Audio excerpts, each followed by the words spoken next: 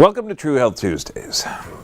Okay, we're talking about Candida, and you're going to find out why Candida, and I know it's got a really bad rep, why it's actually kind of cool, and other fungi. Now, okay, so this mushroom walks into this bar. Mushroom sits down at the bar, and the bartender says, "No, we don't serve your kind here." He said, "Why? I'm a fun guy." Okay, so... So let's look at this. Okay, what's the big deal about Candida? Okay, now you're going to find out it's got a diamyphore.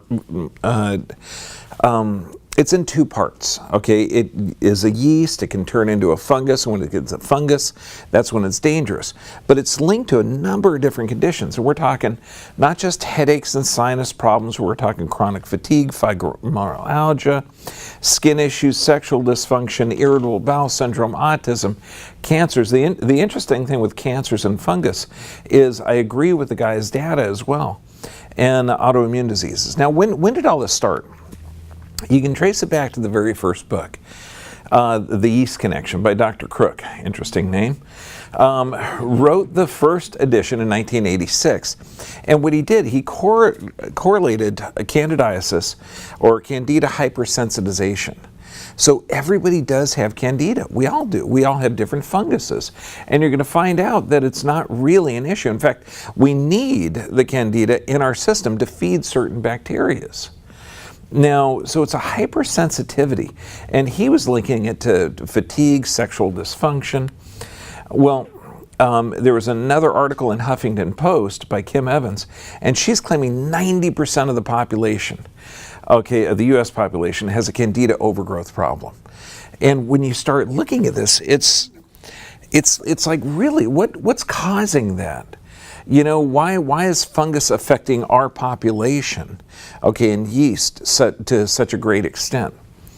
Well, Dr. Simoncini, he actually has a number of studies where he is proving that a lot of cancers are fungal in origin, where you can actually treat it with baking soda, as simple as that is. But it's, again, an advanced overgrowth of Candida. So, candidiasis is a fungal infection caused by yeast that belong to the genus Candida. And this is right out of the CDC. There's over 20 species of Candida, yeast that can cause infection in humans. The most common is Candida albicans. Candida yeast normally live on the skin and mucous membranes without causing infections. Wait a second. So Candida is actually part of our normal flora. It lives on the mucous membranes. So now you start thinking, well, what's the deal? Why does it cause it? Now, there's a number of different kinds, because if it starts to overgrow or if it starts to negatively affect the body, you're talking thrush, that's in the oral pharynx, esophageal, vaginal yeast infections, super common, invasive candidiasis, where it can actually get really nasty. Now, some of the symptoms of thrush, and this, I mean, we've seen it in almost every bottle-fed kid that comes in here because the kids are poisoned. Redness or soreness, difficulty in swallowing, cracking at the corners of the mouth is super common. So now, if it's normal flora for those areas, what's causing it to overgrow? Now this is the most common of the yeast infections. Genital itching, burnings, cottage cheese-like vaginal discharge, yuck. Men with genital candidiasis may experience an itchy rash on the penis. None of that sounds like fun, okay? Now, the global emergence, and this is interesting too, because when we talk about antibiotic-resistant bacteria, who caused it? We did. Okay, we did, because what happens is the more potent that you try and kill a living substance, only the stronger ones survive. It's the same thing with funguses and yeasts.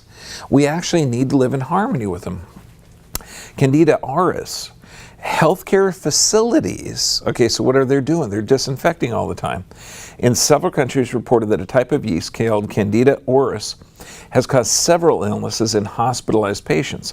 This yeast often does not respond to commonly used antifungal drugs, making infections difficult to treat. And so it's the same kind of deal where we're treating it. So let's look at some of the different funguses that are causing the diseases. And this is just a partial list. So aspergillosis, blastomycosis, valley fever, neoformans, cryptococcus, histoplasmosis, mucormycosis, pneumocystis pneumoniae, sporotrichosis. We're looking at Clostridium sporidium, cladosporidium, ringworm. I mean, all of these. So it's not just one, it's a number of different funguses that can cause diseases. So why is Candida more popular than the others, or more prevalent? Well, it's the only one that lives on our skin and on our mucous membranes. So it is normal flora. And I love this out of the CDC. Very rarely do you get actually, really good information from the CDC. Now, fungi are everywhere. 1.5 million species live on Earth, but only 300 of those species are known to cause diseases. Fungal diseases that often caused by fungi are common in the environment. Now, fungi live outdoors in the soil, plants, trees, indoor surfaces, and most everything is not dangerous. In fact, none of it is dangerous if you have a healthy immune system. Like if you've heard of black mold. Okay, you're going to find out that that's not dangerous unless you have a weakened immune system. So let's go down the list, okay, just a bit. Aspergillosis is an infection caused by Aspergillus, a common mold. Now this mold lives indoors, outdoors. People breathe in the spores, and most everybody does it without getting sick. So, and again, according to the CDC, people with weakened immune systems do. They can get sick. Now, wait a second. So it's normal. So the average person with a normal, healthy immune system can breathe mold spores in, fungal spores in, and not get sick. Cryptococcus neoformans, fungus that lives in the environment throughout the world. People can become infected after breathing in the microscopic fungus, although most people who are exposed to the fungus never get sick. It only occurs in a weakened immune system. And you're going to see this over and over and over again. Now, histoplasmosis, again, breathing in the microscopic fungal spores through the air. Most everybody breathes in the spores, they don't get sick. What is it? A weakened immune system. So we have that normal, not resistance, but it's actually part of our environment. Pneumocystis pneumoniae. Serious illness caused by fungus, and this is from very, very weakened immune systems. It's one of the most frequent and severe opportunistic infections, but only in people with what? Weakened immune systems. So you start to think, okay, well, if everybody breathes it in and only the people with weakened immune systems are getting this. Fungi are most common in the environment, and people breathe in or come in contact with fungal spores every day without getting sick. However, people with weakened immune systems. So it's not the funguses that are causing this. It's the weakened immune system. Does that make sense? So now what causes fungal infections? Things that weaken the immune system. Chemotherapy, hospitalizations, and medications. And I love this. Chemotherapy and radiation cause many changes in the body. One major change is these treatments weaken the immune system, increasing your risk of getting fungal infections. And it's interesting too, because they use chemotherapy and radiation for what's most common? Cancers. And what does Simoncini correlate them with? Fungal infections. And this increases fungal infections. Could this be why chemotherapy is generally only 2% effective? Reading that backwards, it's 98% not effective? I know, it's insane. Okay, now even according to the CDC, they say hospitalizations are dangerous. Even though you stay in an hospital to get better, it's possible to get an infection when you're there. Yeah, that's called iatrogenic. If you're staying in a hospital for an injury or illness, you may get sick or get at risk of a fungal infection, especially if you have a weakened immune system. Yeah, hospitals are not a place to get healthy. Medications, and we're going to cover this, okay, the list of medications that cause a weakening of the immune system. And it's insane because, well, I'll relay a case today that came in multiple prescriptions. Most serious fungal infections are rare, but they happen when weakened immune systems. Specifically, steroids and tumor necrosis factor inhibitors are two types of medications that massively raise up the risk of fungal infections. Steroids, super common. And we're talking, this is just like a small list of some of the steroids or medications. You're talking cortisone, hydrocortisone, prednisolone. I mean, this is a list of oral corticosteroids that are devastating. I mean, we're not just talking fungal infections, but it weakens the entire immune system. And they give them for so many things. I mean, you could have a minor amount of swelling, you could have a skin issue, you could have anything, and they give these drugs, even though it can lead to a secondary fungal infection. It's mind-boggling. Inhaled steroids. Okay, this not only oral thrush, but I mean, the patient I got today was taking Advair and Symbicort or Quavir. She's taken 3 different medications for asthma, and I said, well, why don't we fix it? And she says, well, I've had it for 30 years. Okay, asthma is not a problem of the lungs. Let's fix it. It's a problem of the smooth muscle control of the lungs. We'll get you healthy. And she really didn't even think that she could possibly get better. And guess what other things she had? You know, chronic Candida. She was exposed to black mold, and this is all the things that she was feeling was cause of her problem. It's not. And I love this, tumor necrosis factor inhibitors. Serious fungal infections, particularly histoplasmosis. I mean, when you look at the commercials, and you've seen it, you know, try Humira, you know, for those really nasty autoimmune diseases. Of course, you can get a nasty fungal infections, which will cause a leaky gut and lead to autoimmune conditions and cause swelling. I mean, it's literally, I love the picture here. It's like putting a bomb in the middle of these drugs. Yeah, take this. It's going to blow holes in your intestinal tract. It's going to weaken your immune system horribly. There's just no rhyme or reason to prescribe this stuff. Now, these are the antifungal drugs, and I know we just read that the antifungal drugs cause increase in fungal infections. Okay? So we have, and this is how it's listed, Tier 1 and Tier 2. Now, and they start from really bad to ridiculously stupidly bad to horribly bad to absolute, it's going to kill you. So we're going to go over the side effects, because remember the multiple effects of Candida and other fungal and yeast? Well, how would you like to take this with the antifungal drugs? Itching, hives, unpleasant sensation, difficulty in breathing, closing of your throat, swelling of your lips and tongue, severe blisters, lips redness. How do you know if you're getting over the Candida or being attacked by the fungal, or it's a side effect of the drug? But don't buy yet. Let's try this terbinafine. Okay, headache, dizziness, skin rash, unpleasant odor, joint pain, swelling of the glands, changes in mood behavior, hearing problems, weight loss, raised flaky skin, fever, rash, sore throat. Let's try this other one, because we're developing too many symptoms from that last drug. Let's try this drug. Don't worry, we have headaches, unpleasant taste, stomach pain, itching, loss of appetite, severe blistering, peeling, and red rash of skin. What were the signs of? Okay, seizures, convulsions. I love this one. Severe depression, confusion, thoughts of hurting yourself. Now, why would this be? Why would an antifungal drug, something that's killing fungals, cause massive mood fluctuations? Could it be that it's actually destroying some of our normal gut and where serotonin is produced and stored? Could it be negatively affecting the enteric brain or neurotransmitters? Yes, absolutely. Again, we're getting into the Tier 2 ones, which are even scarier.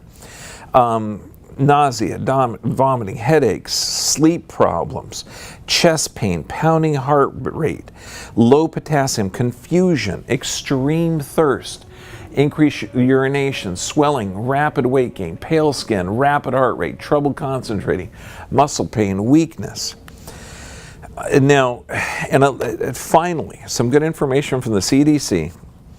Just like some bacterial infections are resistant to antibiotics, some fungi no longer respond to antifungal medications. Yeah, because we use them all the time and it's getting stronger and stronger.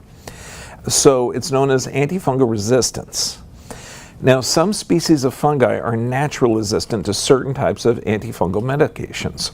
Other species may be normally susceptible to a particular type of medication, but develop resistance over time as a result of improper antifungal use.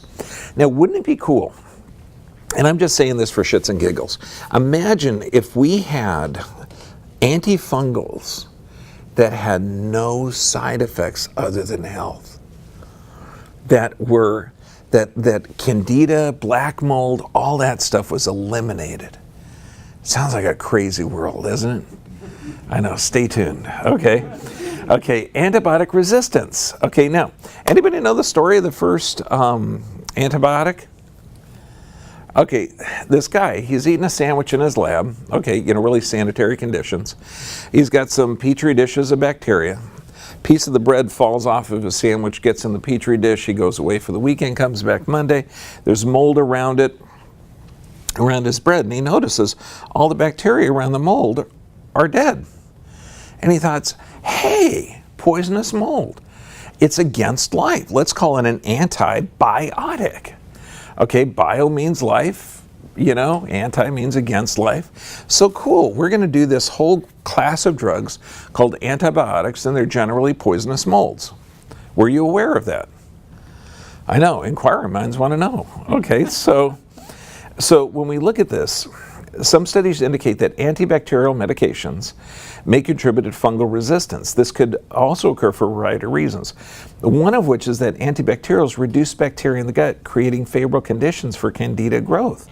You see, Candida are amazing. In fact, bacteria feed on Candida. They feed on the yeast. The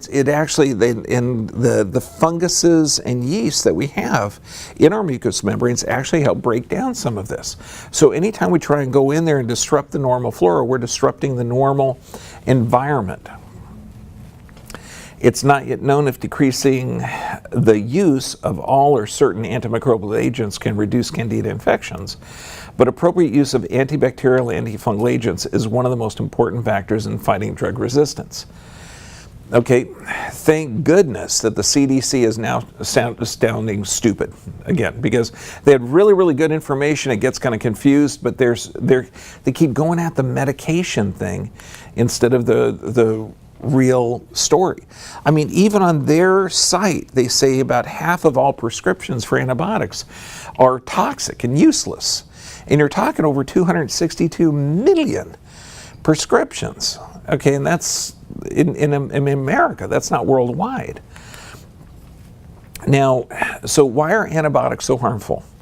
Well, first, they kill both beneficial and pathologic bacteria. They kill everything, rapidly changing. It's called dysbiosis, totally changes the microflora. Now, yeasts are opportunistic.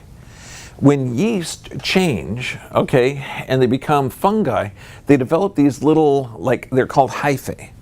And if you've ever heard of leaky gut, these little tiny strings bore holes into it. Just think of if you've ever seen mold, okay, that's permeating drywall or carpet or anything. What's it look like? It looks like little fimbres or strings sticking in the wall, and it's boring holes in the drywall or through the wood. This bores holes in the intestinal tract. So, and this is where the leaky gut happens. This is where systemic inflammation, this is the deadly part. God, it'd be cool if there was a natural substance that would kill hyphae. Stay tuned. I know, it's right on the edge. Okay, so no, I don't take antibiotics, but let's go to McDonald's for lunch. Okay, here you go, concentrating feeding operations. Concentrated animal feeding operations, these things are incredible for spreading antibiotic resistant, loaded with antibiotics. You can't eat the meat in this country unless it's organic, grass-fed, and natural. They don't have this type of meat in Europe, so you guys are okay. In Canada, I think you're still screwed. Okay. Yeah, but Canada's basically cooler than here. Okay, glyphosates. Okay, this is in almost every grain. It's almost, it's in almost every food product. It's now drifting into most water sources. We just had this sweet couple from Iowa, and they're surrounded by cornfields. And of course, what do they have? Dysbiosis. And it's so frustrating because, just like, we're doomed to repeat what we don't learn. Okay, does that make sense? Okay, so like the Mayan civilizations was wiped out because of a drought. They used up all their water. You're going to see multiple civilizations just dying off because they're using up their resources. So we now know that if we use too many antibiotics, we create antibiotic-resistant stuff. If we use too many antifungals, we keep fungal-resistant stuff. If we use too many herbicides, we create weeds that are devastating, because only these massive weeds that are, breaking down combines and everything else are growing, and there's nothing more there to do. Okay, instead of working with nature, we're trying to master it, and it's literally killing us. Now, what kind of medications disrupt the normal flora? Because again, it's people with weakened immune systems, so what kind of things can cause that?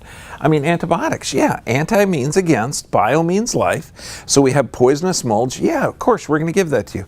If you have a life-threatening illness, take it. But for God's sake, if you got a common cold or a sinus infection or an ear infection, those things are not only not recommended, if the doctor's prescribing it, he's either ignorant or an idiot. Wait, no, that's, well, yeah. Antacids, that's insane. We need acid in the stomach to control bacteria and fungal growth of the stuff we take in. And reflux doesn't come from too much acid, it comes from too little. Birth control pills, no problem.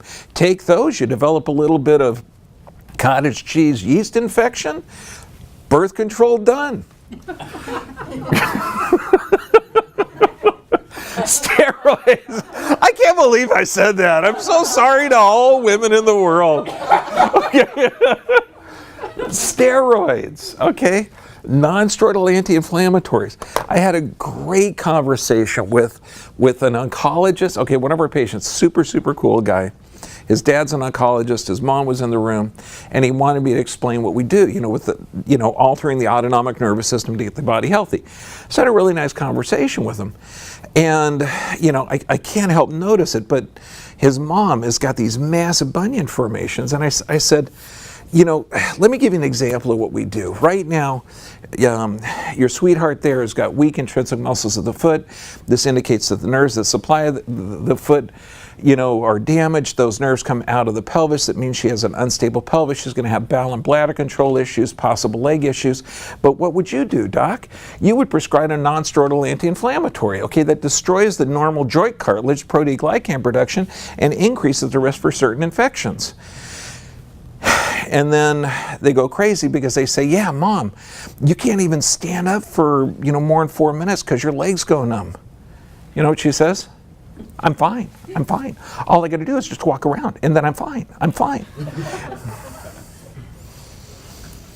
Antidepressants are good in that case, but it may weaken the immune system.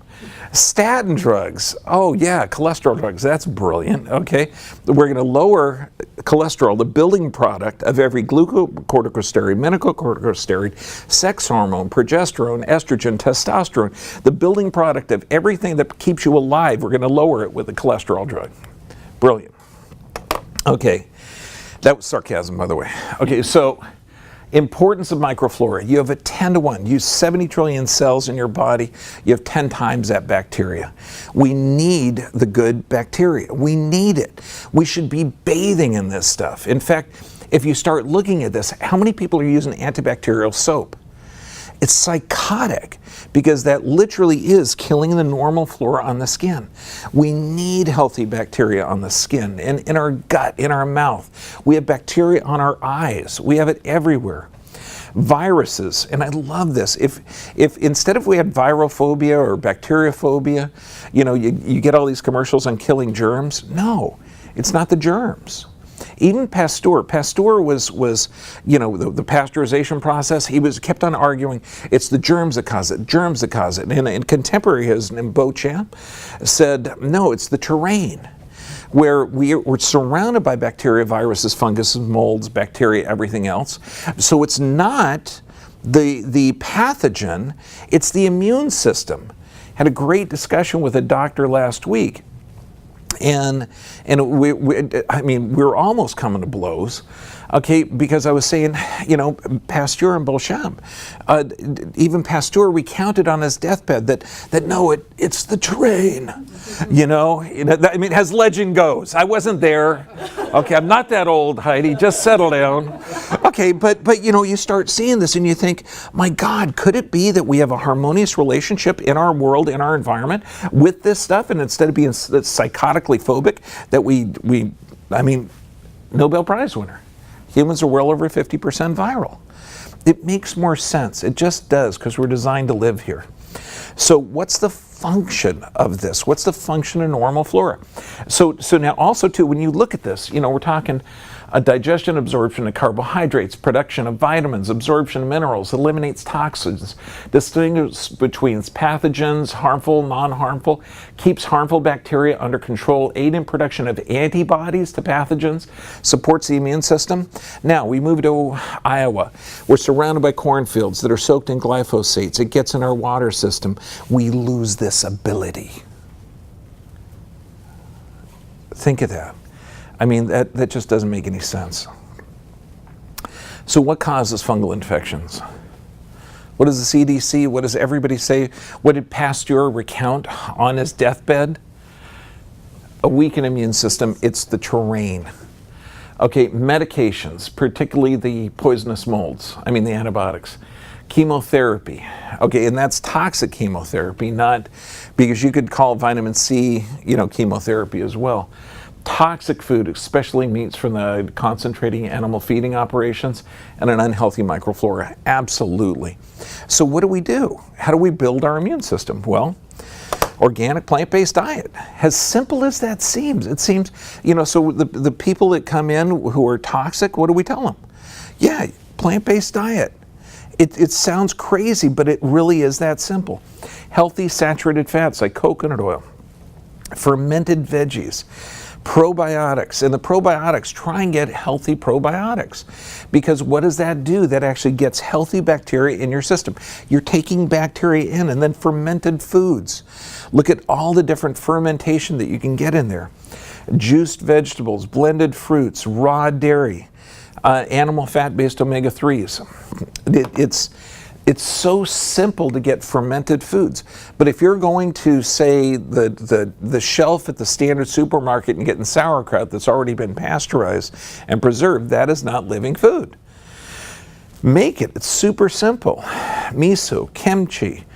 Now, this one, black seed oil, is biblical. This is in the Bible, the Quran, the Torah. It's brilliant. Now, not only over 800 peer-reviewed studies, antibacterial, anti-inflammatory, antifungal, antioxidant. So now it's pretty good, 800 peer-reviewed studies. Let's see if they see anything directly with fungal infections. Oh my gosh, Nigella sativa, which is the black seed oil, inhibitory effect against candidiasis. This study validates traditional use of the plant in fungal infections. Okay, confirms the potential antioxidant and antimicrobial of Nigella sativa, which can be considered not only as a dietary supplement, but being used as a variety of free radical-induced damage diseases. Wait a second, it's non-toxic. It's effective. It kills this stuff, and it's natural. No, it can't be that simple. See, the CDC is saying weakened immune system, weakened immune system, weakened immune system, but we're so damn stupid, all we understand is drugs. We can't look at plant products because our bosses, the pharmaceutical industry, aren't paying us to promote that. Turmeric, anti-inflammatory, antimicrobial, antioxidant, anti-neoplastic, which is anti-cancer properties. No kidding. Turmeric and fungal infections. I love this. Curcumin, by its antioxidant activity level, showed neuroprotection against the 3 NP-induced behavior and biochemical alterations. It's a fungal toxin. A present study investigated the antifungal effects of natural polyphenol, or curcumin, against albicans, non-albicans species of Candida, shown its ability to inhibit the growth of all tested strains. Our results provide the first evidence that curcumin acts as an antifungal agent via generation of oxidative stress and inhibits the hyphae development. Wait a second. Ow, my brain just hurt. So you mean the thing that bores holes in the intestinal tract, causing leaky gut, that thing that's a projection, that this destroys the ability of yeast that turn into fungus, that bore holes in the intestinal tract, and it tastes great. Honest to goodness, we tell people to get some root vegetable juices, put some turmeric root in there. About a tablespoon or 2 is therapeutic dose. European Journal of Pharmacology, curcumin's potent antifungal activity against different strains of Candida, Cryptococcus, Aspergillus, Trichosporon, and Paracoccosidides have been reported. Aim of this review is to discuss curcumin's dual pharmacological activities regarding its application as a natural anti-cancer and antifungal agent. CDC, you're asleep at the switch, man. Okay? Weaken immune system, all we got to do, strengthen the immune system. It seems too simple. Vitamin D exerts important regulatory functions on cells from the innate as well as from the adaptive immune system response.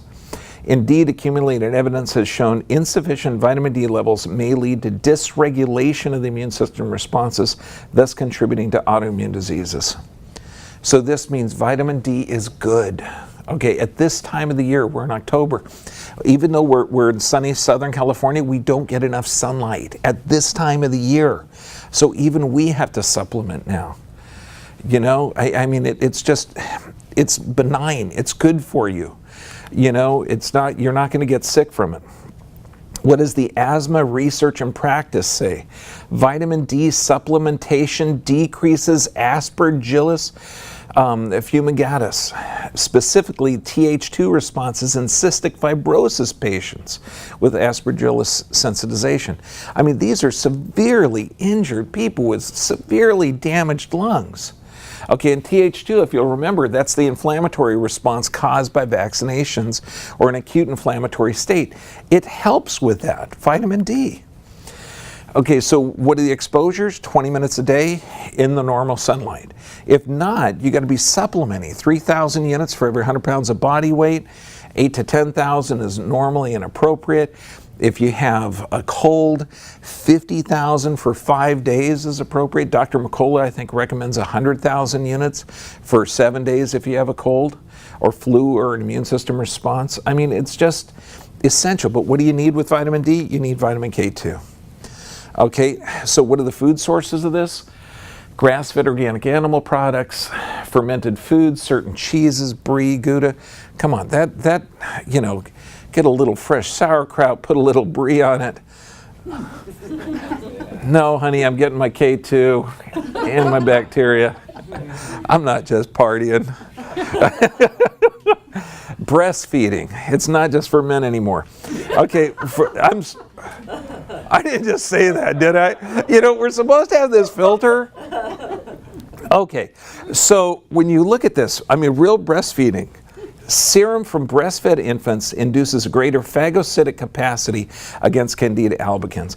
Phago means eating, cytic means cells. It means that this stuff actually kills the fungus from real breastfeeding. But what's interesting, it's formula versus breastfeeding. And if you're measuring the formula-fed infants, they have a greater, they don't have the resistance because it's toxic. You figure the most of the formulas now are genetically modified soy and sugar, and then we wonder why the kid gets up with thrush. This is interesting. determined the occurrence of Candida in the oral cavity, predominantly breastfed infants in their mothers' mouths and breasts, as the oral cavity bottle-fed infants. So this is checking the actual child sucking the breast versus the child sucking the bottle. It turns out that there's healthy bacteria around that breast, and it's good for the child. I mean, amazing. Clove and fungal infections. Clove oil may suppress the growth of Candida albicans. It's clear that clove oil shows powerful antifungal activities. Garlic, God bless garlic. The ubiquitous opportunistic pathogen Candida albicans is sensitive to garlic. Resistant to the broad spectrum of active principles present is unlikely, so that its anti-candidal effects may provide an important alternative route to chemotherapy. No kidding. Think of this. Okay, the aqueous garlic extract, 133 multiple drug-resistant gram-positive and gram-negative. Gram-negative bacteria you do not want. Okay, isolates, and against 10 Candida were studied. The results of the study support the use of garlic in health products and herbal remedies.